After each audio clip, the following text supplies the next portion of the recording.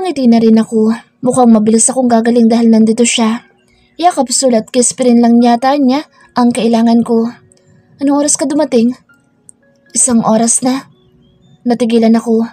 1 oras ka na dito? Tumango siya habang hinahaplos pa rin ang buhok ko. Hindi ka pumasok sa opisina? Nag-aalalang tanong ko. Mamaya na. Nag-aalala ako sa'yo nang sinabi ni Mang Elias na may lagnat ka. Ngumuso ako. Ayos lang ako. Pumasok ka na. Baka may tumawag na kliyente. Ibinilin ko na yun sa mga tao doon. Dito muna ako't babantayan kita. Sabi ni Mang Elias, sobrang init mo daw kanina. Dali na kaya kita sa ospital. Ayoko nga. Ano sasabihin ko kapag tinanong ako ng doktor doon kung bakit ako nilagnat? Sasabihin ko nilagnat ako dahil sa'yo? Dahil sa malaki mong anaconda? Ayoko. Nakakahiya. Tanggi ko. Ngumisi naman siya at sabay pisil sa pisngi ko. Yung bibig mo talaga walang preno. Fine, hindi na kita dadalhin sa ospital. Tatawag na lang ako sa kakilala kong doktor para magtanong ng tamang gamot. Suwestyon niya. Tumango na lang ako at niyakap ang isang braso niya. Inamoy-umoy ko pa ito. Ang bango niya talaga. Naamoy ko sa balat ang sabong ginamit niya bukod sa perfume na gamit niya. Tumingin ako sa kanya at ngumuso. Daddy, tabihan mo ko. Lambing ko.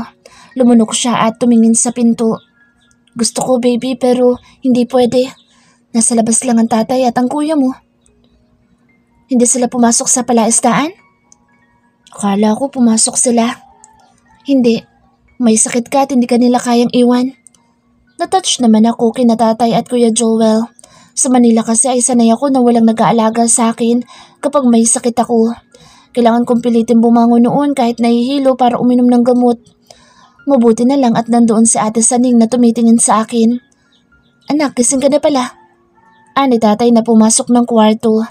Lumapit siya sa akin. Tumayo naman si Raymond para bigyan ng space si tatay. Hinipo ni tatay ang leeg at noo ko. Hindi ka na masyadong mainit, anak.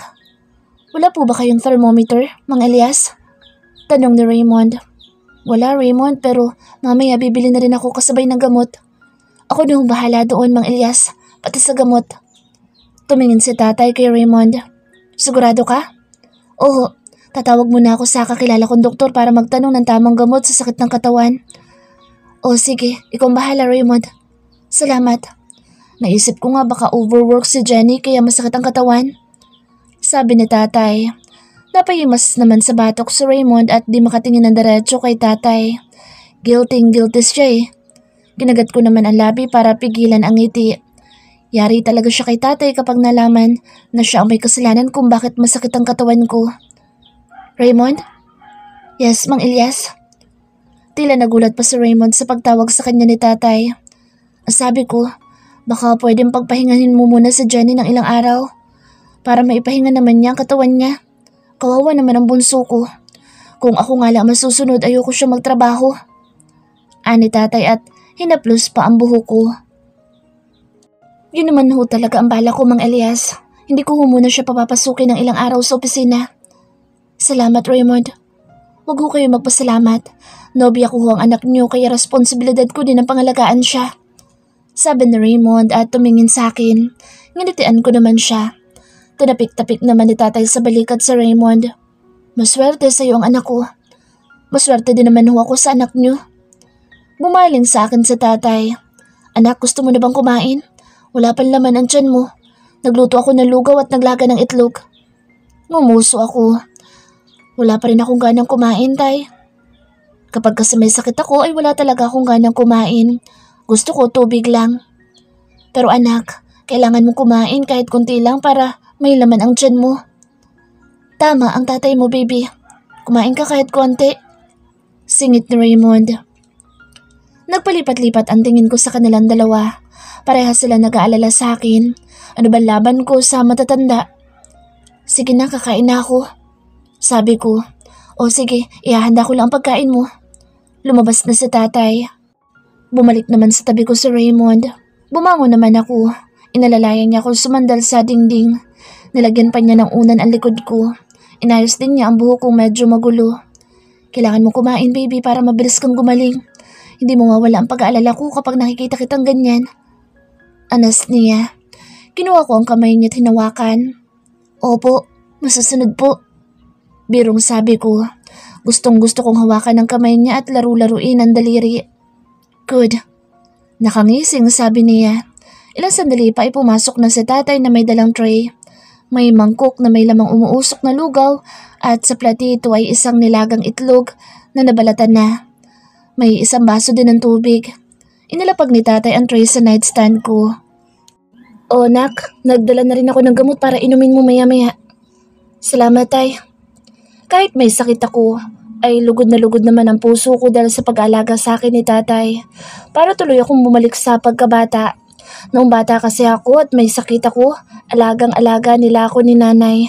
Lahat ng gusto ko ay sinusunod nila. Kaya nga laging wini-wish ko noon na sana'y lagi ako may sakit. Kinuha ni Raymond ang mangkok at kutsara. Akmang kukunin ko iyon pero iniiwas niya. Ako na susubo sa'yo. Ngumuso ako. Ako na, kaya ko naman. Hindi ako na. Stay put ka lang dyan. Wala na akong nagawa kundi hayaan na lang siya. Hinihipan niya muna ang lugaw sa kutsara bago niya isubo sa akin. Plain lang ang lugaw at kunting asin ang nilagay ni tatay. Mas gusto ko ito kaysa asukal lang ilagay. Naging sunod-sunod ng pagsubo sa akin na Raymond. Napansin ko naman si tatay na nangingiting pinapanood kami. Nahiya naman akong bigla. Maiwan ko na muna kayong dalawa. Sa labas lang ako. Sabi ni tatay at lumabas na.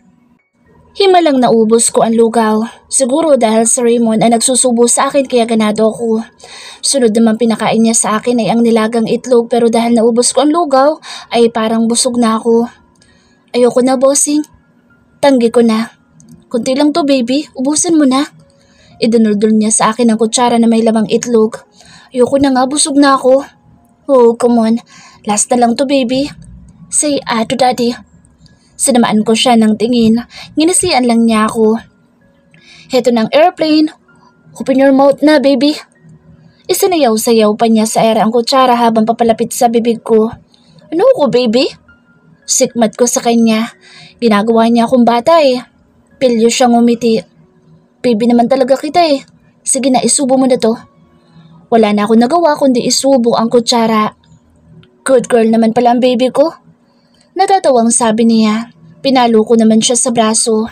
Sunod naman niyang kinuha ay ang baso at pinainom ako ng tubig. Mamaya ka na humiga, pababain mo muna ang kinain mo.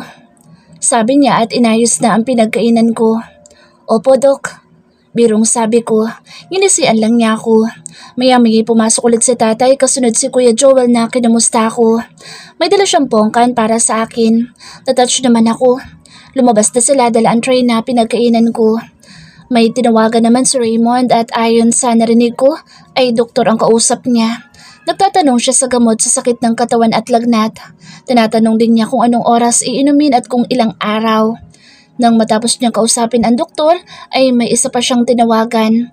Nag-order siya ng mga gamot na sinabi sa kanya ng kausap na doktor kanina. Pati thermometer ay umorder din siya. Ipapapick up na lang daw niya iyon sa tauhan niya. Iba talaga ang mayayaman. Tatawag na lang para maka-order ng gamot. Pagkatapos niya makipag-usap sa cellphone ay bumalik na siya sa tabi ko. Hinipo-hipo niya ang leeg at noo ko. Medyo mainit pa rin daw ako. Sinabi ko sa kanya na inaantok ako kaya pinayagan na niya akong humiga. Pinabuksan ko sa kanyang stand fan. Naiinitan na ako at hindi na nilalamig. Hindi talaga umalis sa tabi ko buong araw si Raymond. Pinapapasok ko na nga siya sa opisina pero ayaw niya. Aalagaan daw niya ako buong araw. Naging mabuti na ang pakiramdam ko, lalo na nang uminom ako ng gamot na in-order niya. Nabawasan din ang pananakit ng katawan ko. Oras-oras din niyang minomonitor ang body temperature ko. Mababa na ang lagnat ko pero kailangan ko pa rin mag-take ng paracetamol para tuloy siyang personal nurse ko, idagdag pa si tatay at si Kuya Joel. Mabilis talaga akong gagaling dahil 3 ang nag-aalaga sa akin. Prinsesang-prinsesa ang dating ko. Kamusta na pakiramdam mo, Bax? Tanong ni Carlo. Kasama niya si Badong at si Wilson. Pinuntahan nila ako ngayong 3 dito sa bahay. Kauwi lang nila galing sa trabaho at school. Ayos ng pakiramdam ko. Medyo masakit na lang ng konti ang katawan ko pero wala na akong lagnat. Pangatlong araw ko na ngayon sa bahay. Kung tutuusin, kaya ko nang pumasok sa opisina pero ayaw pa akong papasukin ni Raymond. Sa Lunes na lang daw. Mabuti naman. Kahapon ka pa nga sana namin gustong puntahan, kaya lang nahihiya kami. Nandito kasi si Boss Raymond. Sabi ni Wilson. 3 araw na rin patambay-tambay dito sa amin si Raymond at inaalagaan ako. Umalis lang siya saglit at babalik ulit. Oo nga. Teka, totoo ba yung chismis? Boyfriend mo na daw si Boss Raymond? Lagi daw kasi siya pumupunta dito at lagi daw kayo magkasama. Chismosong sabi ni Badong. Mana talaga siya sa nanay niya. Bumuntong hininga ako. Tinignan silang 3. Mga kaibigan ko sila kaya dapat lang din nila na malaman na ang kaibigan nila ay humaharot na. Oo, kami na ni Boss Raymond. Boyfriend ko na siya. Nalaglag ang panga ni Wilson at Badong. Si Carlo naman ay hindi na nagulat. Totoo nga ang chismis na boyfriend mo na nga si Boss Raymond? Bulalas ni Badong. Napansin ko naman ang paglungkot na muka ni Wilson pero agad din siyang umiti sa akin. Masaya ako para sa iyo, Jenny. Mabuting tao si Boss Raymond, kahit nakakatakot. Tumango ako sa sinabi ni Wilson. Pero matanda na si Boss Raymond, di ba? Ang alam ko nasa 40 na yun eh. Sabi ni Badong. Sinong matanda? Napapitlag kaming lahat nang marinig ang malaking boses ni Raymond. Sabay-sabay kaming lumingon sa kanya. Nasa pintuan siya at nasa likod niya sila Kuya Pancho. May bitbit sila mga supot at malaking bilao. Natahimik naman ang 3 kong kaibigan, lalo na si Badong na namumutla na at tila nanigas pa. Lalo na nang tingnan siya ni Raymond. Magandang gabi po, boss. Bati ni Carlo. Tumango naman si Raymond na pumasok na at lumapit sa akin sabay halik sa pisngi ko. Nailang naman ako dahil nakatingin sa akin ang 3. Si Carlo ay humawak pa sa 2 pisngi at tila kilig na kilig. Si Badong naman ay napaawang pa ang labi. Si Wilson ay tahimik lang. Saka ko lang naalala, hindi ko pa pala formal na ipapakilala ang 2 kay Raymond. Bossing, sila pala yung 2 naming kaibigan ni Carlo. Kababata din namin sila, si Badong at si Wilson. Pagpapakilala ko sa 2, hinarap naman sila ni Raymond at nakipagkamay, pero nagtagal ang tingin niya kay Badong. Ikaw yung nagsabi na matanda ako kanina, di ba? Nalaki ang mata ni Badong. Halatang takot kay Boss Raymond. Palipat-lipat ang tingin niya sa amin ni Carlo na parang nagpapasaklolo. Po? Sinabi ko ba yun? Ngumisi si Raymond. Oo, narinig ko. Bata, mabuti na lang cute ka. Tinapik-tapik ni Raymond ang matabang pisngi ni Badong, sabay pisil ng mariin. Oh Raymond, nandito na pala kayo. Bati ni tatay na kalalabas lang ng kusina, may hawak pa siyang syanse. Magandang gabi ho, Mang Elias. May dala ho kami pagkain. Sinanyasan ni Raymond sila Kuya Pancho na ilapag sa mesita ang mga dala nilang supot. Naku, nag-abala ka pa. Nagluto din ako ng escabeche and tilapia. Paborito kasi ni Jenny ang tilapia. Ngumisi si Raymond at tumingin sa akin. Ganun ho ba? Wala akong problema. Kakainin ho natin iyan. Sigurado naman ako masarap ang luto nyo. Yung bacon nyo nga, nagustuhan ni Lolo Mati at siya halos ang nakaubos. Naku, mabuti naman po. Pero mas masarap magluto itong bunso ko. Mano siya sa kanyang ina. Pangarap niya maging chef. Kapag nakatapos nga siya ng HRM, ay mag-aaral siya ng culinary arts. Talaga ho? Patingin-tingin sa akin si Raymond habang nangingiti sa kwento ni tatay. Si tatay talaga napakadaldal. Jenny, Mang Elias, Boss Raymond, mauna na po kami. Paalam ni Carlo. Uuwi na kayo? Tanong ko naman. Oo, Bax. Next time na lang ulit. Chat-chat na lang tayo. Naku, huwag muna kayo umuwi. Dito na kayo kumain. Napakadaming pagkain, no? Alok ni tatay sa 3. Oo nga, dito na kayo kumain. Sabi naman ni Raymond. Kain na lang kayo dito. Segunda ko pa. Halatang nahihiya si Carlo, Wilson, pero si Badong ay kahit kailan hindi naman talaga nahiya. Dito na tayo kumain. Ang sarap ng mga pagkain nila, oh. Sabi ni Badong na gumagala ang mata sa mga supot na nasa mesita. Inakbayan naman siya ni Raymond at pabirong inipit ng malaking braso ang leeg. Matitikman mo ang lahat ng yan basta wag na wag mo sasabihing matanda ako at hindi pa ako 40. 37 pa lang ako. Maliwanag? Yes, boss. Hindi kayo matanda. Batang-bata po kayo. Bagay na bagay nga kayo na Jenny. Sagot ni Badong. Nagtawa na naman kaming lahat. Basta talaga pagkain hahamakin niya ang lahat para sa pagkain. Dahil maliit ang kusina namin at mesa ay dito na kami sa sala kumaing lahat. Nilabas lang nila Kuya Pancho ang mesa sa kusina at nilagay sa sala. Doon ay masaya kaming kumakain. Kami ni Raymond ay nagsalo pa sa isang plato. Nakakatuwa nga dahil hindi siya maarte kahit nagkakamay lang kami. Pero maingay ang mga lalaki, lalo na sila Pancho at si Badong. Pinagkakatuwaan nila si Badong dahil malusog at malakas kumain. Nagtatawanan na lang kami.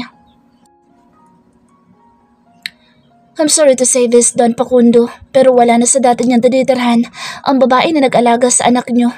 Ayon sa napagtanungan ko, matagal na panahon na daw silang umalis sa lugar na iyon at ang huling balita nila ay patay ng araw ang babae.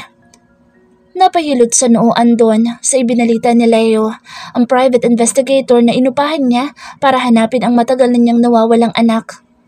Yung anak ko, may balita ka ba sa kanya? Sabi po ng napagtanungan ko, ang huling balita daw niya sa anak niyo ay pumunta daw ng Manila. Yun lang po ang nakalap kong impormasyon. Marahas na bumuntong hininga si Don Facundo. Kinumpas-kumpas niya ang kamay sa inis. Wala na bang bago? Yan din ang lagi sinasabi ng mga dating private investigator na inupahan ko. Ilang beses ko na rin pinahanap ang anak ko sa Manila pero sa tuwin ay bigo ako. Bumuntong hininga si Leo. Naintindihan ko po ang frustration niyo, Don Facundo. Matagal na panahon na rin po kasi simula nang mawala ang anak niyo. Kaya mahirap talagang matukoy ang kinaroroonan niya ngayon. Pero susubukan ko pa rin po kumala pa ng ibang impormasyon tungkol sa anak niyo. Aasahan ko yan, Leo. Pakiusap lang, huwag mo akong biguin. Napapagod na ako sa lahat ng kabiguan sa paghahanap sa anak ko. Matanda na ako. Ang gusto ko lang ay bago man lang ako humimlay ay makita ko siya sa huling pagkakataon at mayakap. Tumangu-tango si Leo. Nakaramdam siya ng awa sa Don. Kahit may pagka-arugante ito at nasasangkot sa samot-saring issue at gulo, ay tao pa rin ito. May damdamin at nangungulila sa anak na matagal nang nawawala. Tumayo na si Leo at nakipagkamay sa Don. Nangako siya dito na gagawin niya lahat para makahanap ng impormasyon tungkol sa anak nito. Ilang minuto nang nakaalis ang private investigator ay nakatitig pa rin sa kawalan si Don Facundo. Nakakabingi ang katahimikan sa loob ng malaking bahay. Maraming taon nang walang kabuhay-buhay ang kanyang bahay. 50 taon na ang nakakalipas ay punong-puno ng buhay ang malaking bahay dahil sa kanyang nag-iisang anak na lalaki na si Eleazar. Masaya itong tumatakbo sa malawak na lawn at masayang hinahabol ang mga tutubi. At kapag nakita na siya na umuwi galing sa opisina ay tatakbo ito para salubungin siya. 3 taon pa lang ito noon nang tangayin ang asawa niya kasama ng lalaki nito. Tumingin sa asol na kalangitan si Don Facundo at pumikit. Anak, kung nasan ka man, sana'y makita na kita. Malakas na humalakhak si Don Mati dahil sa kwento ko. Halatang tuwang-tuwa siya sa akin. Noong una ay nahiya pa ako sumama kay Raymond dito sa mansyon dahil baka hindi niya ako matanggap bilang nobya ng apo niya. Pero kabaliktaran pala. Masayang-masaya naman ako dahil boto daw siya sa akin. Nai-imagine ko tuloy ang batang ikaw, Iha. Siguradong cute na cute ka noon. Sabi ni Don Mati. Ikinuwento ko kasi sa unang beses na nagkakilala kami ni Raymond. Tandang-tanda ko pa iyon kung saan kami una nagkita. Doon sa labas ng arena ng sabungan. Sinabi niyo pa doon, Mati. Marami nga nagsasabi, cute ako nun Uhugin nga lang. Tumawa na naman ang Don. Tuwang-tuwa talaga siya sa kwento ko. Nagmumukha na tuloy akong komedyante nito pero ayos lang. Plus point din iyon. Tumikim si Don Mati nang matapos na siyang tumawa. Lolo Mati na lang itawag mo sa akin, Iha. Total naman, nobya ka na ng apo ko. Naiyang ngumiti naman ako. Sige po, Lolo Mati. Ano bang trabaho ng mga magulang mo, Iha? Tanong ni Lolo Mati pagkalapag niya ng tasa sa saucer. Nilunok ko muna ang pagkain bago sumagot. Yung tatay ko po sa palaisdaan po nagtatrabaho. Sa nanay ko po naman, mahigit 10 taon na pong patay. May kuya po ako na isang PWD, pero nagtatrabaho din po siya sa palaisdaan kasama sa tatay. Ganun ba? Nakakalungkot namang marinig ang tungkol sa nanay mo. Parehas kayo ni Raymond na maagang naulila sa ina. Nadismiss na nga sa akin ang tungkol dyan ni Carlo. Yun ang bagay na pagkakapareho namin ni Raymond. Kamusta ka naman pala, Iha? Nakapagtapos ka ba ng pag-aaral? Hindi po, Lolo Mati. 2 years lang pong inabot ko. Dapat nga po sana mag-aaral ako nitong pasukan pero hindi po kasi kaya financially kaya nagtrabaho po muna ako para makaipon para sa susunod na school year. Hindi ko na ikinuwento ang punot dulo kung bakit hindi ako nakapag-aral. Masyado ng pribado iyon. Kahit nga kay Raymond ay hindi ko rin kinukwento. Mas gusto kong ibaon na lang iyon sa limot. Kahanga-hanga ka naman, Iha. Siguradong proud sa'yo ang tatay at kuya mo. Ang mga taong kagaya mo na nagsisikap ay malayo o mararating sa buhay. Ano nga palang kurso mo? HRM po. Pero ang bala ko po pagkatapos ko mag-aral ng HRM ay magtitake po ako ng culinary arts. Pangarap ko po kasi maging chef at makapagpatayo ng restaurant someday. Aba, maganda nga iyan. At sigurado ako marunong ka magluto. Hindi mo naman papangarapin maging chef kung hindi ka marunong magluto. Hindi po kayo nagkakamali dyan, Lolo Mati. Hindi po sa pagmamayabang pero masarap po ako magluto. Nagmana po kasi ako kay nanay na magaling magluto. Pagmamalaki ko. Aba, gusto ko subukan ang luto mo. Baka pwede maglambing at lutuan mo ako minsan. Ngiti-ngiti na sabi ni Lolo Mati. Sige po, Lolo Mati. Ipagluluto ko po kayo next time. Na-excite tuloy ako na ipagluto siya. Siyempre, para makapagpa-impress na din. Si Lolo lang? Paano naman ako? Sabay kaming lumingon ni Lolo Mati kay Raymond na kapapasok lang ng komedor. Nag-excuse siya kanina dahil may biglang tumawag na importante. Naku, nandiyan ang inggitero. Pirong sabi ni Lolo Mati na ikinatawa ko. Ngumisi naman si Raymond at hinalikan ako sa ulo bago umupo sa tabi ko. Nag-init naman ang pisngi ko dahil nakatingin sa amin si Lolo Mati at may nanunuksong ngiti sa labi. Bakit si Lolo lang ipagluluto mo, baby? Paano naman ako? Kunwaring nagtatampong sabi ni Raymond habang nagsasandok ng kanin sa kanyang plato. Medyo nahuli siya sa pananghalian dahil may kinausap pa. Siyempre pagluluto din kita, no? Ikaw pa? Ngumisi siya at nilapit ang bibig sa tenga ko. Siguradong masarap ang luto mo. Kasing sarap mo. Pilyong bulong niya. Nag-init na naman ang buong mukha ko sa ibinulong niya. Kinurot ko siya sa kanyang hita pero tinawanan lang niya ako. Wa-epek sa kanya ang kurot ko. Kung sa bagay, ang tigas ng hita niya. Kaya sa tagiliran ko naman siya, kinurot. Ginasiyan lang niya ako. Pasalamat siya't wala kami sa office kundi kinagat ko na siya. Tumikim si Lolo Mati. Mamaya na kayo magharutan dyan. Kumain na muna kayo. Nahiya naman ako at hindi makatingin ng diretso kay Lolo Mati pero alam ko namang nanunukso lang siya. Nag-focus na lang ako sa pagkain. Ang maglolo naman ay pinag-usapan na ang negosyo. Jenny, gusto mo ba mag-aral ngayong taon? Tanong na Raymond sa gitna ng biyahe namin. Pabalik na kami ngayon sa opisina. Tumingin ako sa kanya. Sumuliyap naman siya sa akin. Siyempre gusto ko pero imposible dahil wala pa akong sapat na pera. Kaya nga ako nagtatrabaho eh. Paunti-unti ay nakakaipon na ako. Ang kalahati ng sahod ko ay itinatabi ko. Hindi naman imposible dahil pag-aaralin kita. Napaawang ang labi ko sa sinabi niya. Pag-aaralin mo ako? Bakit? Tumingin siya sa akin at gumiti. Dahil gusto ko. Sayang naman ang taon. Kakaumpisa pa lang naman ang school year. Makakahabol ka pa.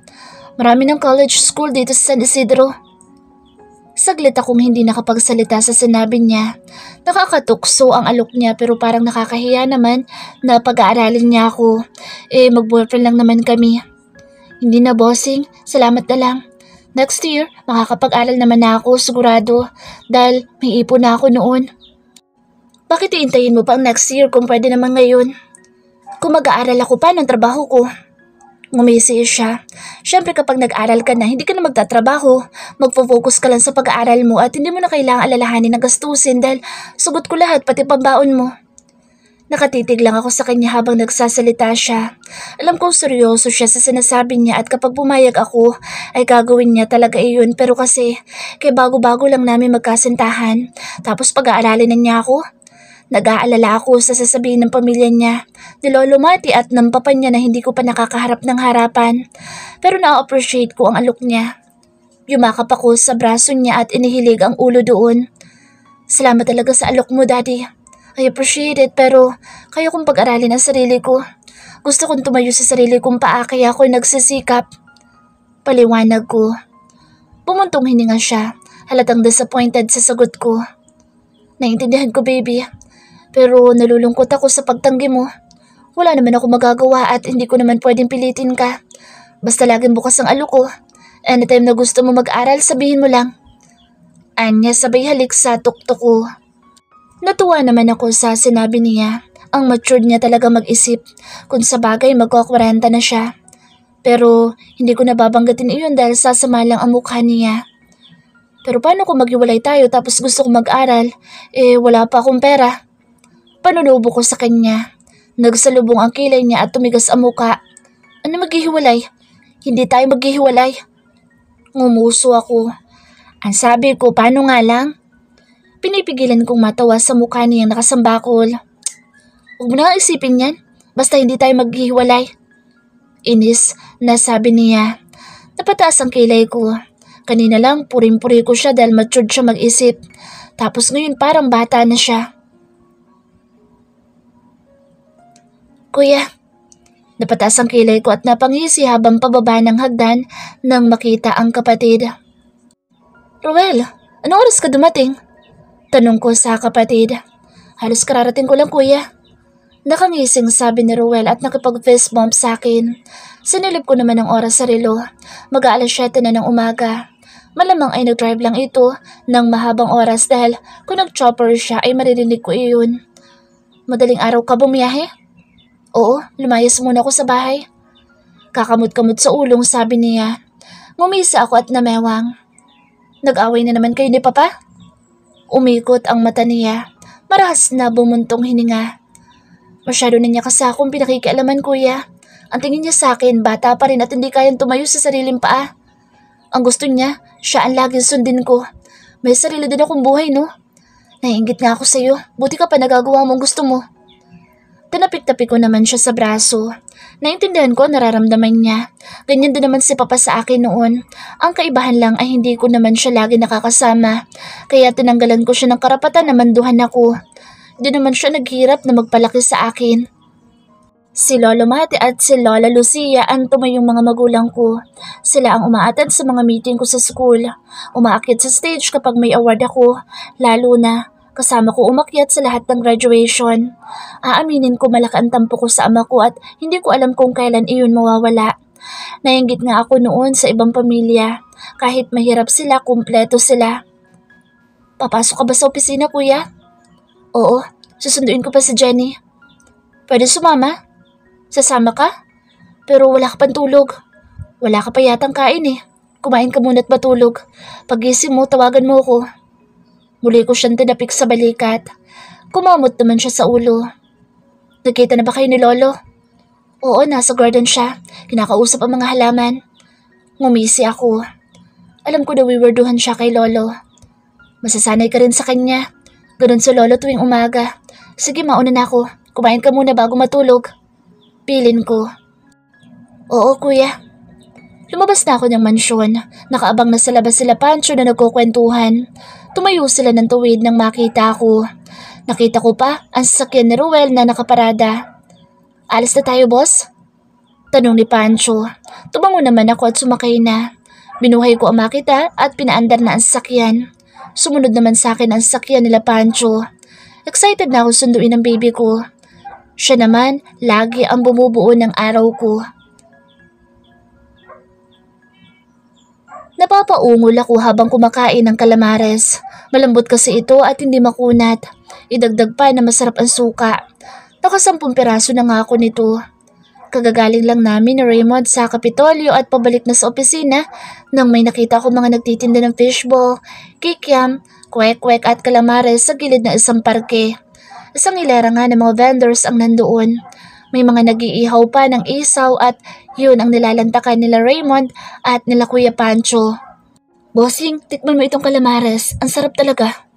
Sabi ko kay Raymond at inuumang sa bibig niya ang calamares na nakatusok sa stick. Binuka naman niya ang bibig at sinubo ang calamares. Tumangu-tango siya habang umunguya. Masarap at malambot. Ayon niya at nag-thumbs up sa tendero. Napangiti naman ang tendero. Ito naman, tikman mo. Inuumang niya sa bibig ko ang isaw. Binuka ko naman ang bibig at kinagat iyon at hinugot. Tumangu-tangu din ako habang umunguya. Masarap naman talaga ang isaw ng manok. Huwag lang aaraw-arawin dahil masama iyon sa kalusugan. Marami pa akong pagkain doon na tinikman. Pati kwek-kwek, pugo, na paborito ko ay hindi ko rin pinalampas. Nakipag-unahan pa nga ako kina Kuya Pancho dahil ilang peraso na lang ang natitira. Uy Johnny, nakakaapat ka na. Iwan mo na sa amin yung 8. Sabi ni Kuya Pancho na puno pa ang bibig. Ano nakakaapat? Nakakadalawa pa lang ako, no? Pero ang totoo, hindi ko talaga alam kung nakakailan na ako. Anong dalawa? Nakailang subo ka na nga. Sabi ni Kuya Omar na tumalsik pa ang kinakain sa braso ni Kuya Pancho. Binatuka naman siya ng huli. Di yung kwek-kwek na malaki na lang ang kainin nyo. Ayoko nga, mas gusto namin yung pugo eh. Sabi ni Kuya Pancho.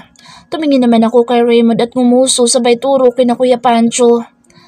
Bossing oh, bigay nyo na sa baby ko yan. Magkwek-kwek na malaki na lang kayo. Sabi ni Raymond kina Kuya Pancho. Wala namang nagawa ang tatlo kundi kumamot na lang sa ulo. Ngingisi-ngisi naman ako. Tinuso ko ang 2 kwek-kwek pugo at inilagay sa plastic cup ni Kuya Pancho. Nagulat naman siya.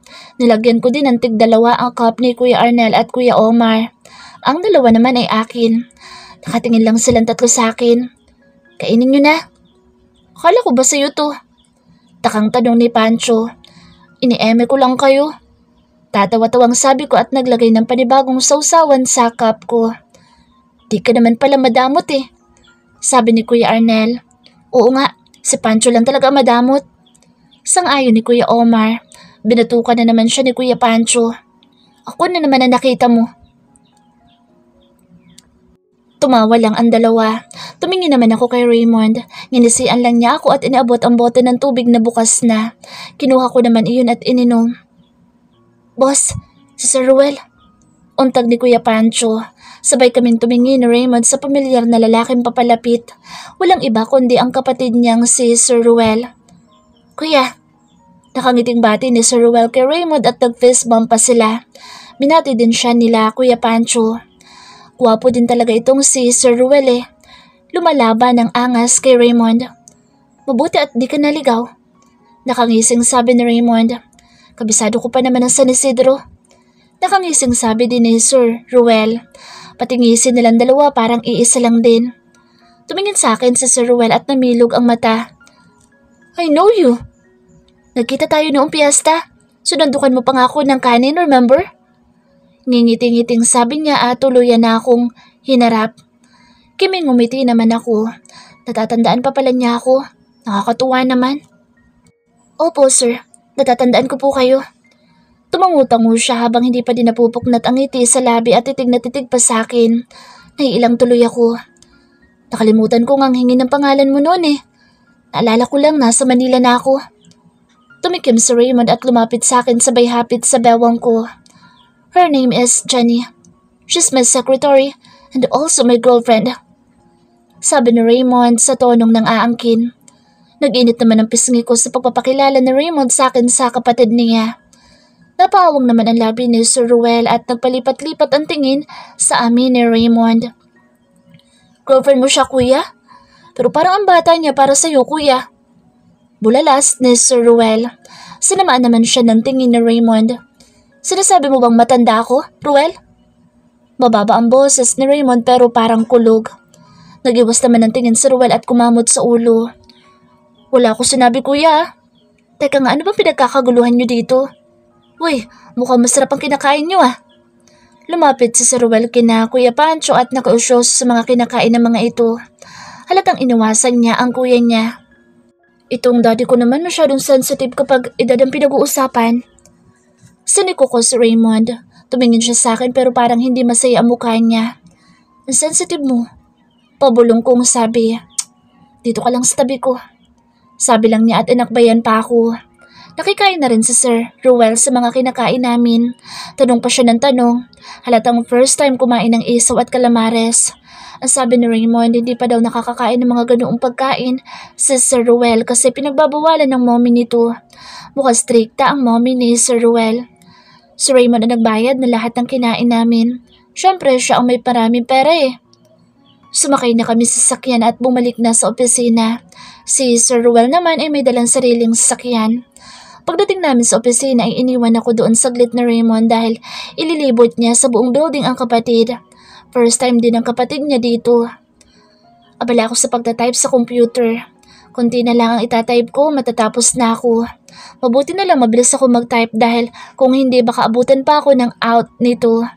Kulang-kulang 1 oras na lang ay mag-uuwian na.